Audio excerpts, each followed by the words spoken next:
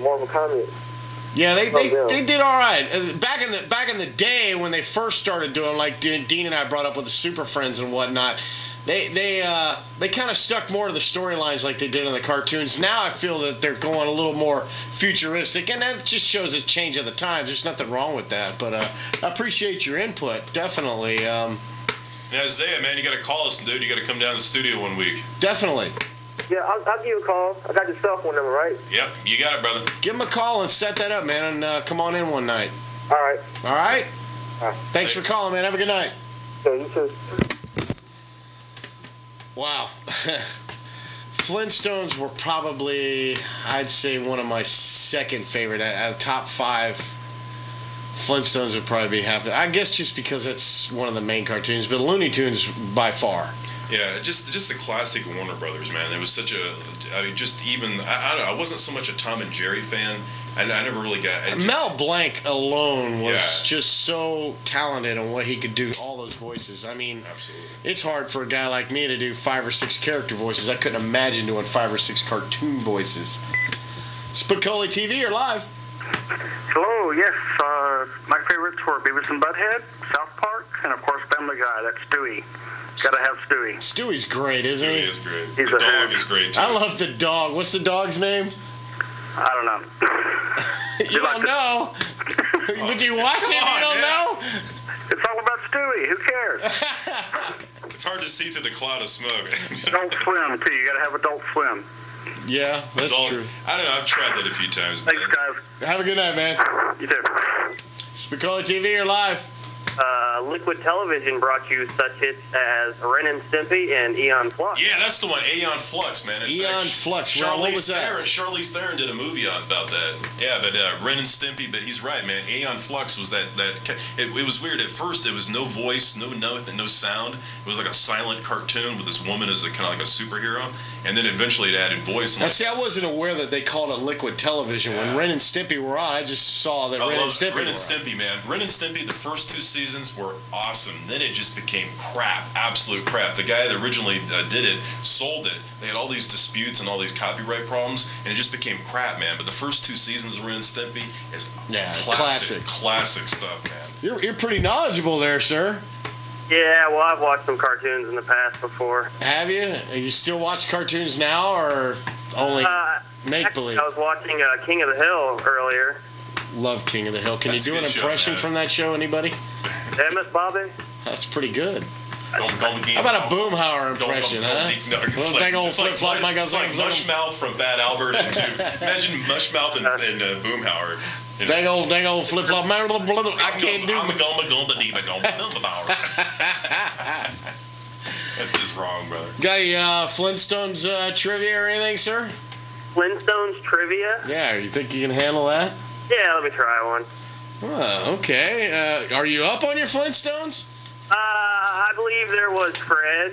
Yeah, well, that's the easy stuff. Barney. Yeah. Wilma. Yeah. Pebbles, Bam Bam. Uh-huh.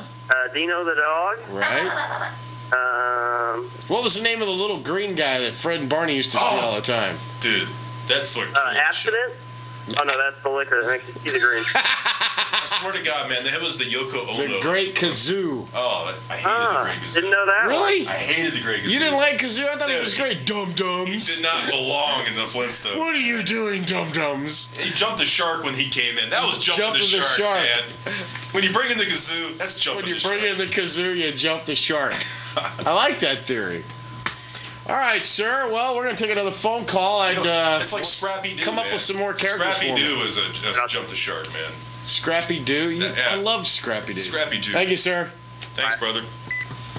SpicoliTV, you're live. Hey, how you doing, guys? Hey, how you?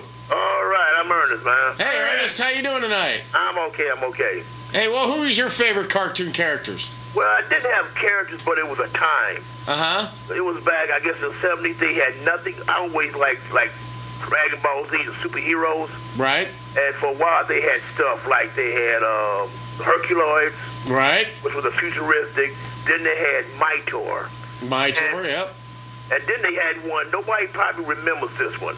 This was called Samson and Goliath. Right. I remember that. You remember the Dino? What was it? Dino Kid? Dino Kid?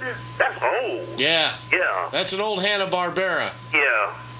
That's way back there. I grew up in the early 70s. I'm pretty familiar with some of them old cartoons. I was an avid watcher of a lot of television. And they had the one with Mighty Mouse. I go back farther than you do. Yeah, unfortunately, the only Mighty Mouse I really got to see was on 16 millimeter film. Okay, hey, ask him that he remembers Cool McCool. Wow. I liked Mighty Mouse. I never was. I don't know. It was kind of 50-50 on Mighty Mouse. No? How about Cool McCool? Don't know him. How about Mr. Magoo, man? Remember all the senior citizens? How about Tomcat? Oh, yeah, man, from New York. Oh, yeah. He wore that cool little hat. Yeah. He was cool, man. That was a great cartoon. He was cool. All right, guys, I let you go. I just wanted to call this. I love your shows. All right, I appreciate it, brother. man. Thank Thanks you, for Ernest. participating tonight. All right, bye-bye. Have a good night. Yeah, those are great back in those days, man. Like I said, the 80s cartoons, some of them were cool. I mean, the Smurfs. I like the Smurfs. Dude, what was going on there, brother? There was 200 men Smurfs and one girl. Female. And Papa Smurf was the only one smiling. He was like the Uncle Jesse of the Smurfs.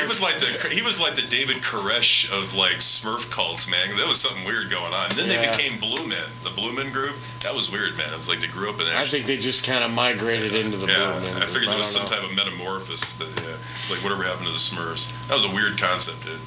You know what? I thought they were kind of reaching, but again, they were jumping to the next level from the 70s, which were the Acme and all that. And you got to think about it. Some of the 60s and 70s cartoons were pretty basic.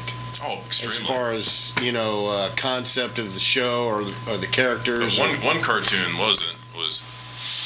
And now, hey Rocky, watch me pull a rabbit out of my hat. Again. That was nothing up my sleeve. Presto!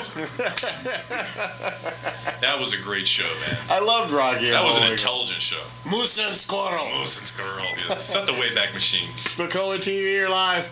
Hey, Ernest, he's got a question for you. Sure. Okay, you talking about the little blue people, right? Uh-huh. He researched that because I was told that when the first creator of it, it's German. Really? It's a German cartoon. And I heard a rumor that they were black. Really? And what happened was when they brought it to him, take something about he got divorced and his wife got the rights to the Slurps. I can't say it right, but they brought it to America and she was going to, give it to the network. But they said, we better not try this black. It's going to be, we better not try that. So that's why they ended up being blue. Makes sense. Black Smurf. Black Smurfs. I wondered somebody that knows for sure. Like, you know what? I'll look into that. Yeah, I heard that. That's all. I just want to bring that up. Okay, I will look into that for sure. Originally, it was Cool Papa Smurf. Cool Papa Smurf. That's a bad joke, Dean. Bad, sorry, brother. Cool Papa Smurf. Okay. Writer strikes. Yeah. But unfortunately, folks, our writers are on strike. Yeah.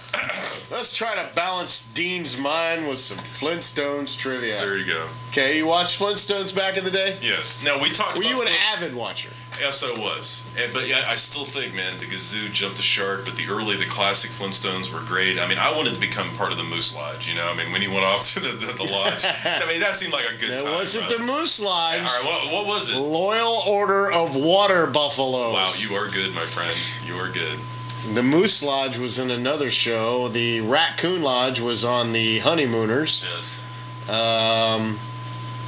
Flintstones commercial that we talked about before, them smoking camels. I tried to find footage of it, but I couldn't. I've got the tape somewhere. I need to dig it out. But them smoking cigarettes behind the stone house, man. I believe the caption was something like, "Nothing tastes better than a Winston." Hey, Bonnie, nothing tastes better than a Winston. I was like, you got to be kidding me. Let's do some Flintstone trivia, my friend. All right. When Fred bought the hot piano for Wilma's birthday, who did the police mistake him for? Oh man, I could see it too. He was wearing dressed up in he had the black. He had the Oh, damn, brother. And it was a. I'll give you a hint. It was a a typical cartoon name for a criminal. You know, like in the Looney Tunes, they had Muggsy and whatnot. Yeah.